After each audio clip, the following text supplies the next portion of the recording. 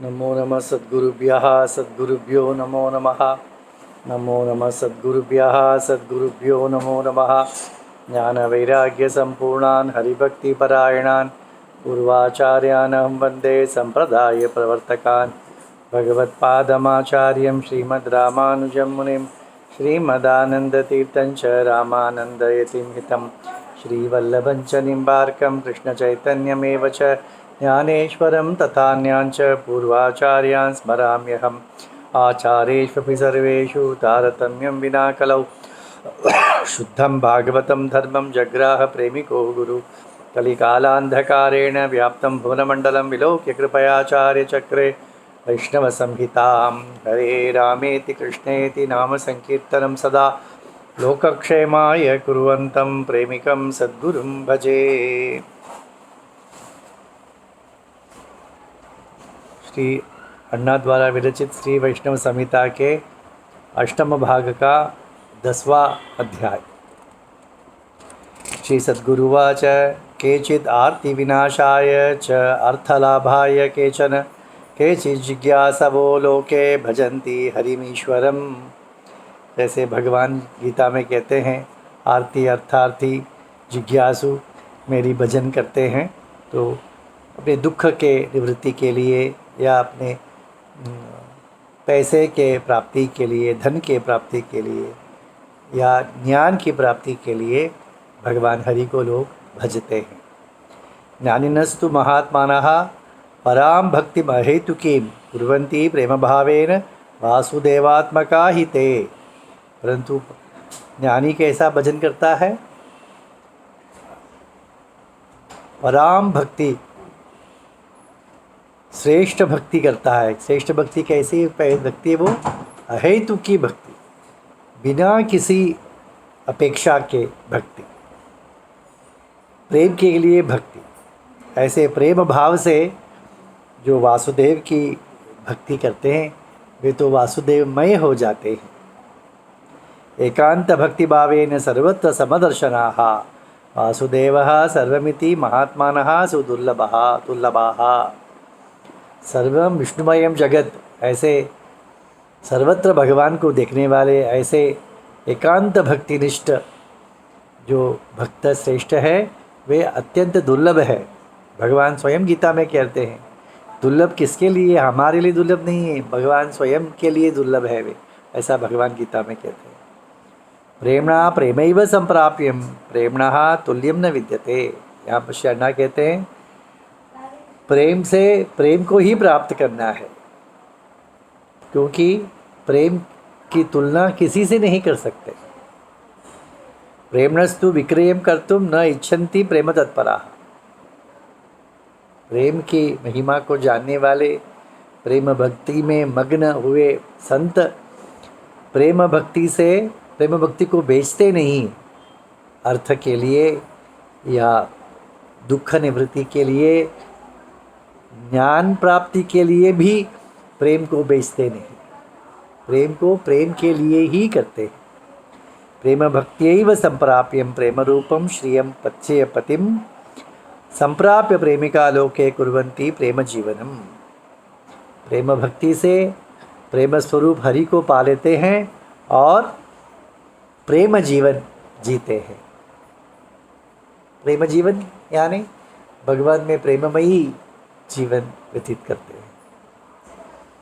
एतत् तत्वं न जानन्ति ये भजन्ति अर्थलोलुपाः। इस रहस्य को जो धन की इच्छा करके भगवत भक्ति करने वाले वो कैसे जानेंगे? वे नहीं जान पाएंगे।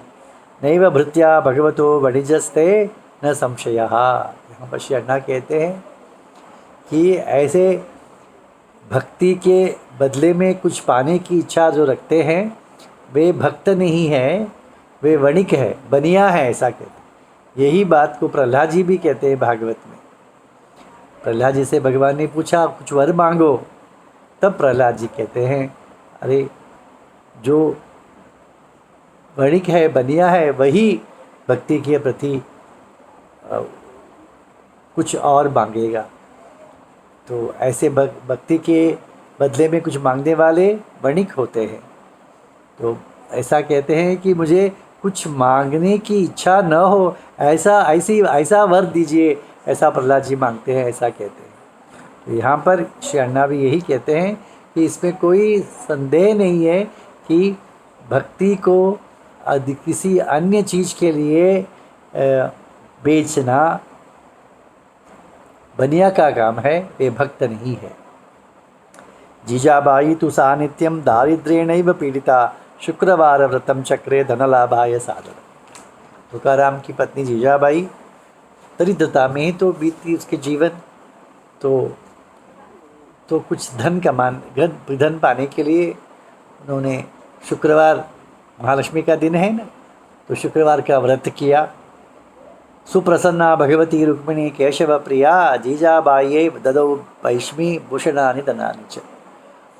रुक्मिणी जो महालक्ष्मी जो पांडुरंग की जो पत्नी है, तो प्रसन्न हो गई इनके व्रत से और इन्हें जीजाबाई को धन आभूषण आदि प्रदान कर दिया।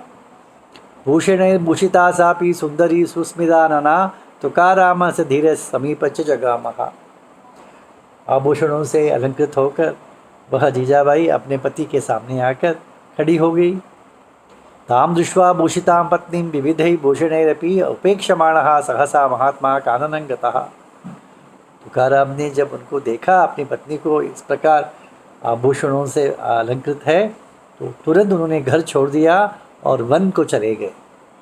गिरिकंदरम आश्रित्य मूढ़फलफलाशनः, तुकारामो विरक्तस्तु चक्रे केशव कीर्तनम। वे घर छोड़कर वन को चले गए और वहाँ पर कंदमूल का भक्षण कर वहाँ ही हरि कीर्तन करने लगे। प्रतीक्षमाणा भर्तारम जीजाबाई दिने दिने अवाप परमम दुखम पतिभक्ति परायणा। पतिव्रता सी तो है जीजाबाई, पति की राह देखते देखते थक गई, दुखी हुई, परम दुखी हुई। अभी तक मेरे पति बाहर गए, आए नहीं, उन्होंने कहकर नहीं गए थे वे।